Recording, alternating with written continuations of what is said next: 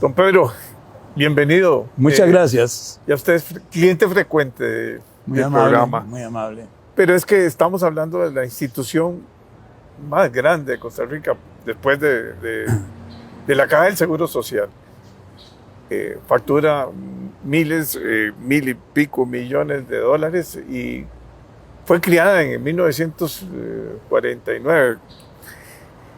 Y desde 1963 tiene el negocio de las telecomunicaciones.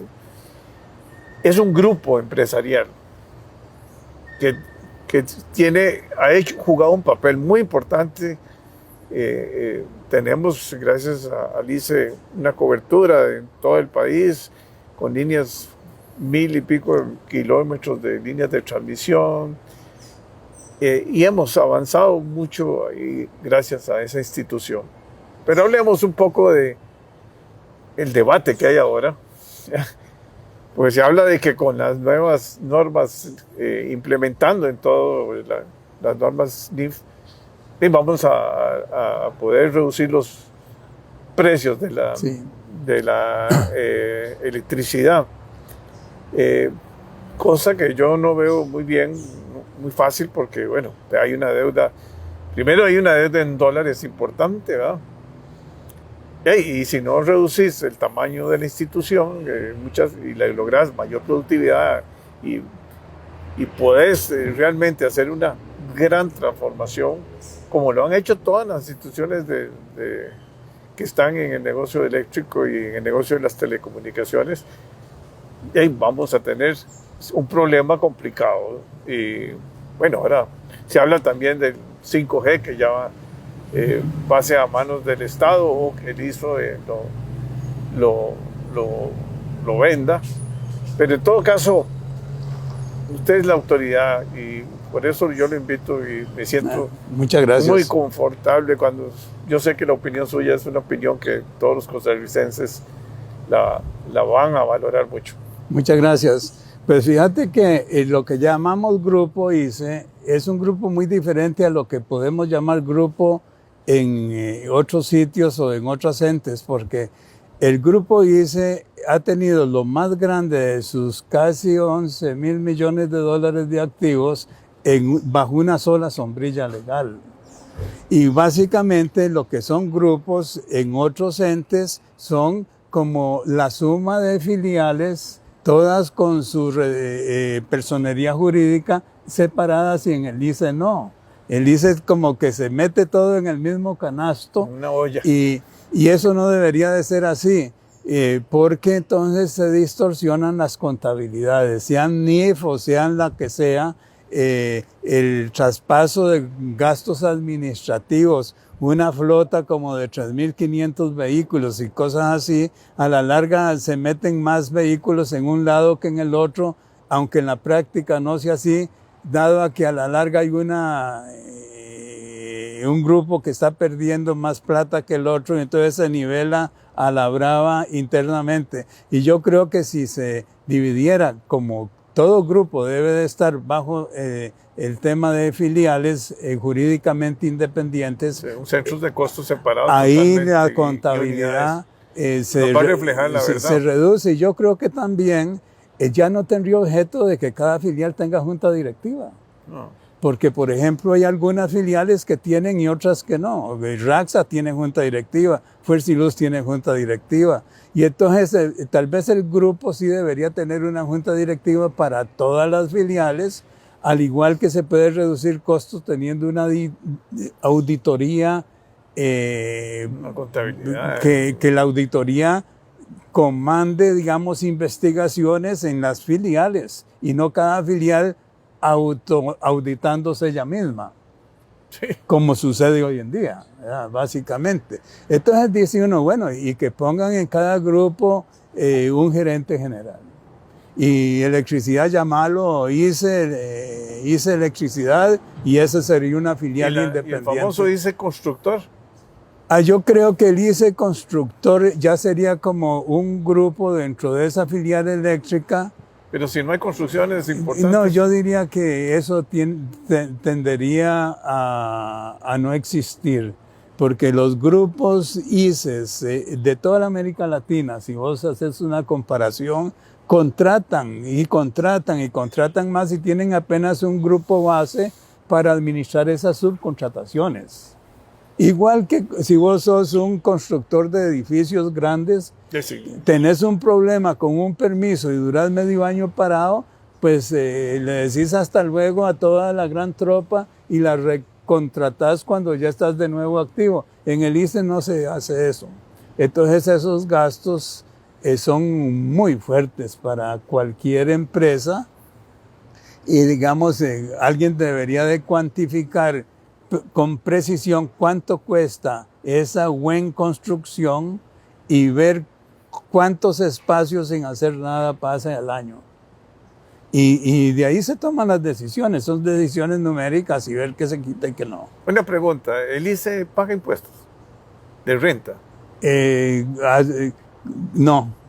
No porque nunca genera genera renta. Ya. Pero ahí ha habido todo tipo de discusiones a través del tiempo. Pero ¿verdad? telecomunicaciones, se habla mucho de que telecomunicaciones era la que generaba más utilidades y que... En un momento sí.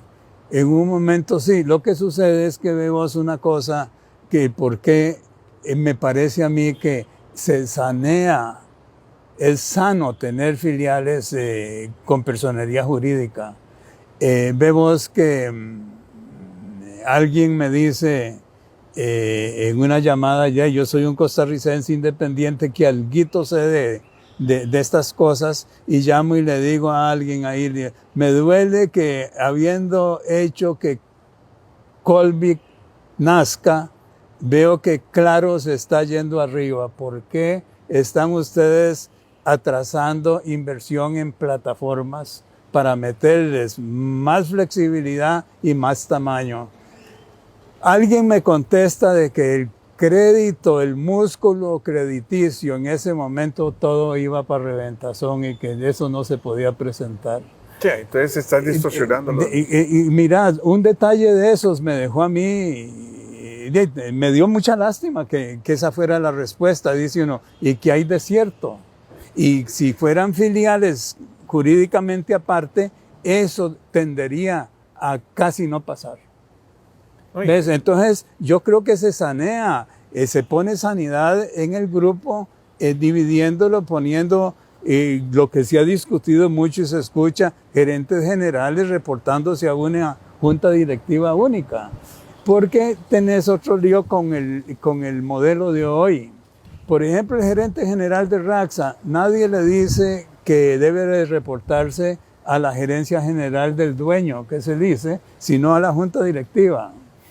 Y entonces... Y piensa a lo mejor distinto a lo que está pensando hablando la cabeza. A lo que tal vez la gente entiende más. Vos sos una persona con 4 fincas separadas y tenés un mandador.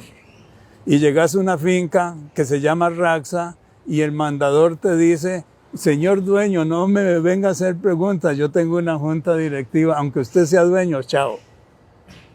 Sí. Entonces no se tiene un enlace legalmente hablando de relación entre esa filial y el dueño. Yo creo que eso requiere una reestructuración. Así que se reestructura, yo creo que es más fácil hablar de normas internacionales financieras y todo lo que vos querrás. Automáticamente de aquí sale que para qué tener juntas directivas en las filiales, debería estar en el grupo holding, en el grupo en sí. Y ves si tenés auditorías separadas para que vos te audites a vos mismo o lo tenés, el dueño es el que le interesa estar auditando, básicamente sería el grupo en sí. Y tenés tal vez una competencia de una abogacía, que hay un montón de abogados en el ICE, más centralizados y más enfocados a las filiales que les corresponda. Y yo creo que sería una manera de una reducción de costos muy importante tener este esquema que estoy mencionando. Incluyendo hasta sí. cable, no sé qué se llama, la cablera. Sí, es que... Esas ocurrencias del ICE. Eso es una ocurrencia teórica porque se dice en una fibra, por ejemplo, puede ir lo que llaman triple play, televisión, o sea, vídeo, voz y datos. Pero de ahí eso no es ingenieril. Es decir, si es ingenieril, no es una actitud de conocer profundamente el mercado. ¿Quién diablos ha vendido ahí algo que sea Netflix o el equivalente Netflix en la calle cuando nadie sale de las agencias a vender ni siquiera un celular? Entonces se meten... Es la mentalidad. Sí, y entonces no es que el circuito aguante, tiene usted la capacidad de manejo en el mercado de la comercialización de eso, ¿sí o no? ¿Ves? Entonces yo creo que, y el mundo va, tal vez esto es un buen ejemplo, no para criticar, sino para proyectar, de que se diga, todas las implicaciones, cuando vos oís hablar de 5G, van a hacer asociaciones como está pasando en los países desarrollados. Los dueños de la red no son los dueños de las aplicaciones que se montan ahí. La plata está en las aplicaciones y uno se tiene que poner vivo a ver con quién se asocia, porque cada aplicación tiene una manera de vender su cosa. Es como decir, yo vendo sombreros y soy experto en eso, otro es experto en vender zapatos. Y usted es el que tiene el dueño de la carretera para que eso funcione. Para que se movilice. No sabes de zapatos ni siquiera de lo demás, entonces asociate.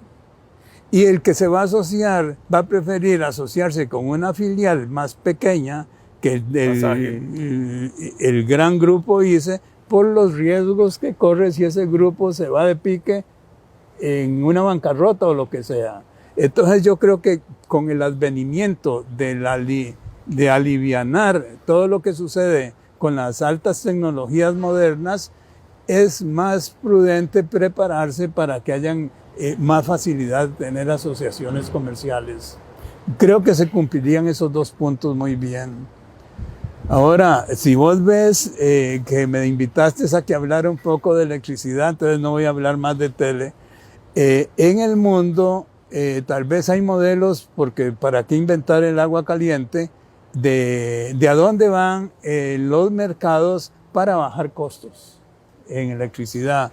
Y los mercados se han dividido en, digamos, parte regulada de lo que es un sistema eléctrico y parte no regulada. Por ejemplo, donde si vos coges lo que es generar, no importa de qué manera, podemos tal vez entrar en qué manera se genera, tenés alta tensión y tenés redes de distribución. Las redes de distribución en Costa Rica están divididas entre 8 compañías, o estas 8 compañías cubren a todo el territorio nacional. Y, por ejemplo, lo que se han hecho para reducir costos y ha sido a través de métodos muy matemáticos, modelos matemáticos de cómo poner un ente operador, cómo poner un ente operador de sistemas. La gente, en lugar de tener contratos que obligan al más grande del mercado comprarle electricidad a otros, como se llama, cogeneradores, todo a nivel de una mentalidad, sea distorsionada o no distorsionada, pero es muy monopolística. El mercado mundial en los países grandes van a un mercado diferente, que es un mercado de competencia. Y entonces se vende en el mercado que llaman spot. Para los que no entienden lo que es spot, es como decir, calculemos cuál es la oferta y la demanda a una fecha para mañana, digamos. Ese es el mercado de spot. Entonces ahí vienen ofertas de que quién quiere colocar electricidad ahí y a dónde se va a consumir esa electricidad. Entonces se tiene lo que aquí se llama un cense, que también se discute mucho, muy diferente a lo que se tiene hoy en día en Costa Rica, que es una estructura para un monopolio. Y eso no está dentro de un operador, está dentro de una autoridad, ese tipo de cosas. Y a la hora de poner la competencia, los precios se han venido estadísticamente abajo. Aquí hay gente que dice que las tarifas nuestras son bajas y eso no es cierto. Lo que sucede es que el modelo eléctrico nuestro es muy complicado, como en todo país es muy complicado y hay, por ejemplo, una serie de factores. Si consumís en hora pico o en valle, si consumís menos de 3.000 kilovatios al mes, de 0 a 10 o de 0 a 3.000 y otro tanto más. Entonces se le meten factores que si pasas de ese límite mínimo, le metes un costo a lo que es tener potencia en el país y lo que es consumo. Entonces vos estás pagando, si consumís bastante, pagás por la potencia. El de abajo a abajo es muy solidaria la tarifa y entonces a la larga esa es la tarifa que se coge para predicar que somos baratos, pero coge el bloque. ¿A dónde está la industria? ¿Es barata para la industria o solo para el que tiene 2 bombillos en la casa? Entonces, son una cantidad de factores que entran en el cálculo de la tarifa y se separa además por tarifa de la alta tensión, digamos la generación se tiene muy fija y después lo que son las redes de distribución, cada cual cobra un poco más por el costo que tiene la distribución. Y todos esos factores se suman y volvés a la recep loca. Además, tenés que pensar si la contabilidad que te llega es correcta o está medio falseada. Eso es lo que tenemos hoy. Entonces yo creo que todo eso requiere una revisión muy grande y sí creo yo que hay espacio para reducción de tarifas, que no es alegre, no es que el ICE reduzca, no, el ICE no le corresponde eso, es ARECEP, porque pueden haber otros jugadores. No nos confundamos, digamos. Que hayan más jugadores y más mercado. Eso es. Donde haya más competencia. Y por ejemplo, aquí tenés que meter expertos que solo manejan tarifa y te digo que es muy complicado. Así como es muy complicado. Y no es político. No es político. Hay otra cosa que es muy complicada y no es que tener ahí un cable y jale, que es alta tensión. ¿Qué tal que tengas vos alto consumo aquí en Escazú, que se sube el consumo a 10 veces más por un montón de torres que van para arriba y toda la cosa? Tenés que meter más alta tensión y meter más puntos donde llegues a alta tensión distribuido dentro de Escazú. Tenés que cambiar la red.